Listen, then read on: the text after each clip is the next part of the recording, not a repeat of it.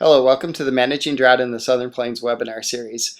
This is a weekly briefing brought to you by the Southern Climate Impacts Planning Program in association with NOAA, NIDIS, and the National Drought Mitigation Center. We also have a full webinar that we do on the second Thursday of each month. We'll be doing one next week on February 14th. Please join us. You can find more information on our website, southernclimate.org. So here's what's been going on this week. Well, we've had actually some rain the last couple of weeks in the region, but not a lot of changes in the drought status because of the long-term impacts that are still around.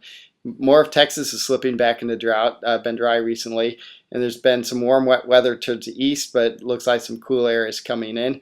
Not too much good news for the picture for the long term. Now, our friendly groundhog here, Punxsutawney Phil, said that there's going to be an early spring. Of course, the groundhogs in this region saw the shadow, so they're saying winter. So we'll have to see which one is right, but it certainly has been warm since February 2nd. And here's the drought monitor picture across the U.S. It looks pretty much the same as it has since even back into October or late last year.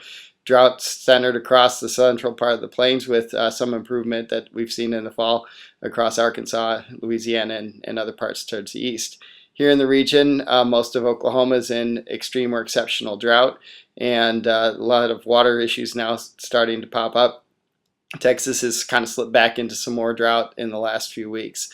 And up in the north, almost no changes at all there. Still the exceptional drought mired over Nebraska and Kansas, as well as parts of other states. North Dakota has been getting a little bit of precipitation, so they're still hanging on there with some better news.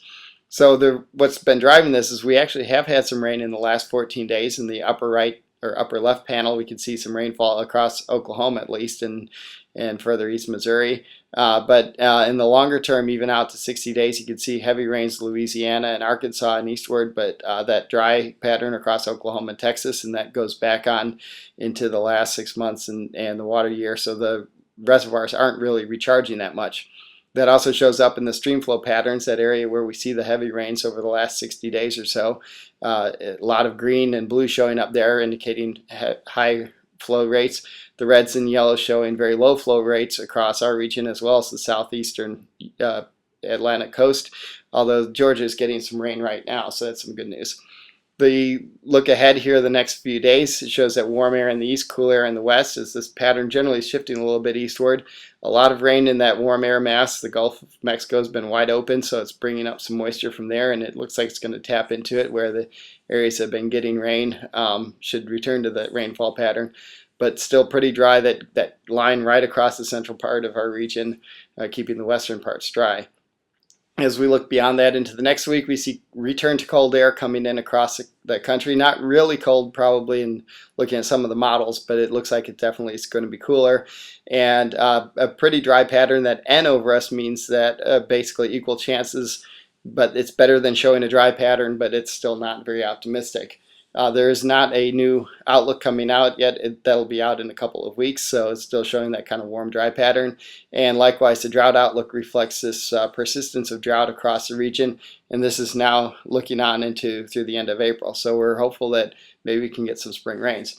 Another thing I'd like to mention is this Field Photo Weekends. This is a project we've done with CocoRoz, which is a network of volunteer observers based out of Colorado State University. And last year we asked people to take pictures of the landscape, vegetation, ponds, lakes, streams, and not just drought pictures, even if you're in an area that's nice and wet, just to get an idea of what the landscape looks like so we can watch changes over time. So if you're interested, please contact us. You can email us at fieldphotos@southernclimate.org, and we can provide you more information. You just need a camera. You can take panoramas or single shots, and we'll put them up on a website and try to see how much of the country we can look at in one weekend here. So as always, we have a number of resources here listed: the Drought Monitor, the National Drought Mitigation Center, as well as several resources on SCIP. And if you'd like to register, please go to southernclimate.org. We'd be happy to have you, and hope you can join us for our webinar next week. Thank you and have a great week.